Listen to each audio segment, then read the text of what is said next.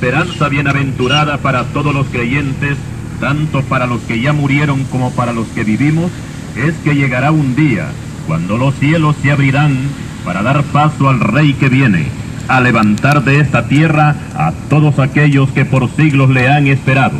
Para la Iglesia redimida, este es el evento más grandioso que jamás habrá vivido.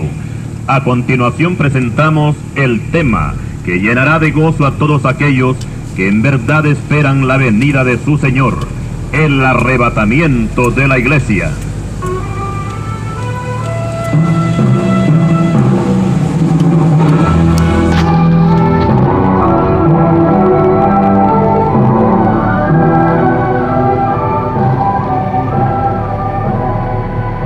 Para respaldar este tema, vamos a tomar el pasaje bíblico de Primera de Tesalonicenses capítulo 4 versículos 14 al 17, que dice así: porque si creemos que Jesús murió y resucitó, así también traerá Dios con Jesús a los que durmieron en él. Por lo cual os decimos esto en palabra del Señor, que nosotros que vivimos, que habremos quedado hasta la venida del Señor, no precederemos a los que durmieron. Porque el Señor mismo, con voz de mando, con voz de arcángel y con trompeta de Dios, descenderá del cielo, y los muertos en Cristo resucitarán primero. Luego nosotros los que vivimos, los que hayamos quedado, seremos arrebatados juntamente con ellos en las nubes, para recibir al Señor en el aire, y así estaremos siempre con el Señor. Hasta aquí la cita. El arrebatamiento de la Iglesia es una de las doctrinas fundamentales que encontramos tanto en el Antiguo como en el Nuevo Testamento, y que se ha considerado como la máxima esperanza para todos los creyentes en Cristo Jesús, que han abandonado este mundo por medio de la muerte física, y por supuesto para todos los creyentes que actualmente vivimos. O sea que se mantiene viva una esperanza de que muy pronto seremos removidos, arrebatados o trasladados de este planeta hacia otro lugar. La iglesia de Tesalónica tenía cierta preocupación por causa de los hermanos que morían con su fe en Cristo. ¿Cuál era el destino final de ellos?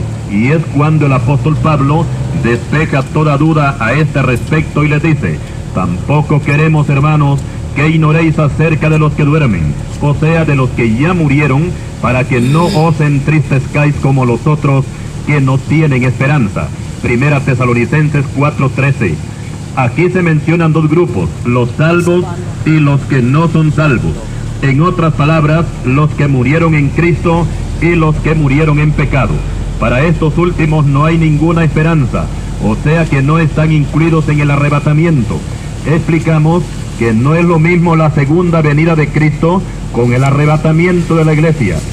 En el Evangelio de Mateo capítulo 24 versículo 30 se habla claramente de la segunda venida de Cristo a la tierra en forma personal, y lo mismo encontramos en Marcos capítulo 13 versículo 26 y Lucas 21 27. También en Hechos 1:11, Apocalipsis 1:7 y Apocalipsis 19 versículos 11 al 16. Y por consiguiente encontramos en estos mismos evangelios las señales que anteceden a la segunda venida de Cristo. Pero queda el cuarto evangelio, escrito por el apóstol Juan, que es dirigido en forma especial para la iglesia. Aquí no se habla de señales como guerras, terremotos, pestilencias, hambres y cristos y profetas falsos. El evangelio de Juan no habla de señales que anuncien la segunda venida de Cristo, sino que habla específicamente del rapto de la iglesia, y eso lo encontramos en Juan 14 versículos 2 y 3. Y dice así esta declaración del Señor: en la casa de mi Padre muchas moradas hay. Si así no fuera, yo os lo hubiera dicho. Voy pues a preparar lugar para vosotros, y si me fuere y os preparare lugar, vendré otra vez, y os tomaré a mí mismo, para que donde yo estoy, vosotros también estéis. Aquí encontramos el patrón, o sea, el arranque de la enseñanza sobre el rapto, ya que más adelante es desglosado en las epístolas de Pablo. Ahora explicamos cómo se llevará a cabo el arrebatamiento, y sigue diciendo la enseñanza bíblica: en primer lugar se tocará la trompeta, y Cristo descenderá hasta las nubes, y en ese mismo momento, en un abrir y cerrar de ojos, tanto los que murieron en Cristo como los que vivimos, seremos transformados en cuerpos incorruptibles e inmortales, y al mismo tiempo y en una forma simultánea en todo el mundo, subiremos para encontrarnos con nuestro Señor Jesucristo en las nubes, y después ser llevados al lugar de la espera. Mientras en la tierra son derramados los juicios de los sellos, las trompetas y las copas de la ira de Dios, conocido este tiempo como la gran tribulación. Mateo 24:21. Algunos hermanos preguntan que si nosotros vamos a ser levantados con las cosas que andemos sobre el cuerpo, como ser la ropa, los zapatos, relojes, etc. Yo diría que todo eso quedaría aquí en la tierra, en un solo montón, en el lugar preciso donde estuviera el creyente en el momento del rapto.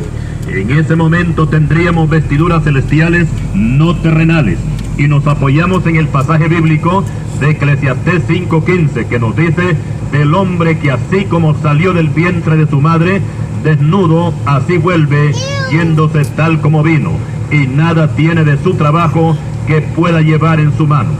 Recordemos que las cosas celestiales no se mezclan con las cosas terrenales. Ejemplos tenemos con la resurrección de nuestro Señor, que las ropas con que lo sepultaron Nicodemo y José de Arimatea quedaron intactas en el sepulcro. Y vamos a citar este pasaje cuando Pedro y Juan, después de recibir la noticia de que el Señor había resucitado, salieron los dos juntos hacia el sepulcro. Pero Juan llegó primero y vio los lienzos puestos en su lugar, pero no entró. Luego llegó Simón Pedro tras él y entró en el sepulcro y vio los lienzos puestos allí y el sudario que había estado sobre la cabeza de Jesús, no puesto con los lienzos, sino enrollado en un lugar aparte. Juan capítulo 20, versículos 1 al 7. Aquí podemos notar que las ropas con que se levantó de la tumba el Señor Jesucristo eran otras ropas, no con las que fue sepultado. Y su transformación fue tan extraordinaria que ni aún María Magdalena lo reconoció cuando lo vio resucitado. El pasaje bíblico dice que cuando ella se volvió, vio a Jesús que estaba allí, mas no sabía que era Jesús. Juan capítulo 20, versículo 14. Por otra parte, y siempre hablando del rapto de la iglesia, ese día habrá una gran conmoción mundial por causa de tanto creyente desaparecido, y podemos imaginarnos a los medios informativos recibiendo cables de todo el mundo, dando la alarma de personas que misteriosamente han desaparecido del planeta. Creyentes que viajaban en un medio de transporte y de repente desaparecen del asiento. Esto será un impacto grande para los que se queden. ¿Y qué diremos de un chofer cristiano que también es quitado del volante y los demás ocupantes de la unidad se dan cuenta que el carro va sin chofer?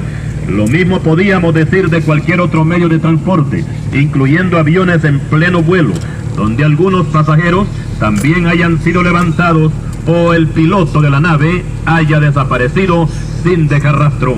Podemos creer que no va a haber una tan sola persona que no sea impactada con este acontecimiento.